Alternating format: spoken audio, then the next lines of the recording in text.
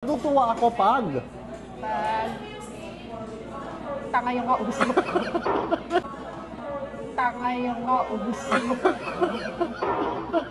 So, tuwang-tuwa pala siya pag tanga yung kausap niya.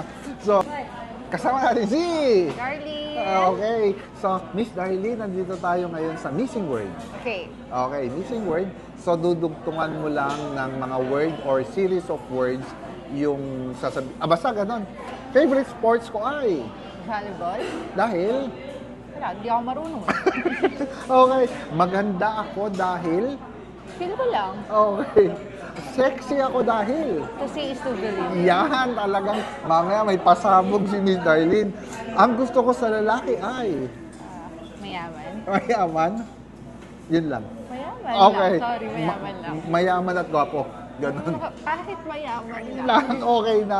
Natutuwa ako pag? Pag tanga yung kausap. So, tuwang-tuwa pala siya pag tanga yung kausap niya.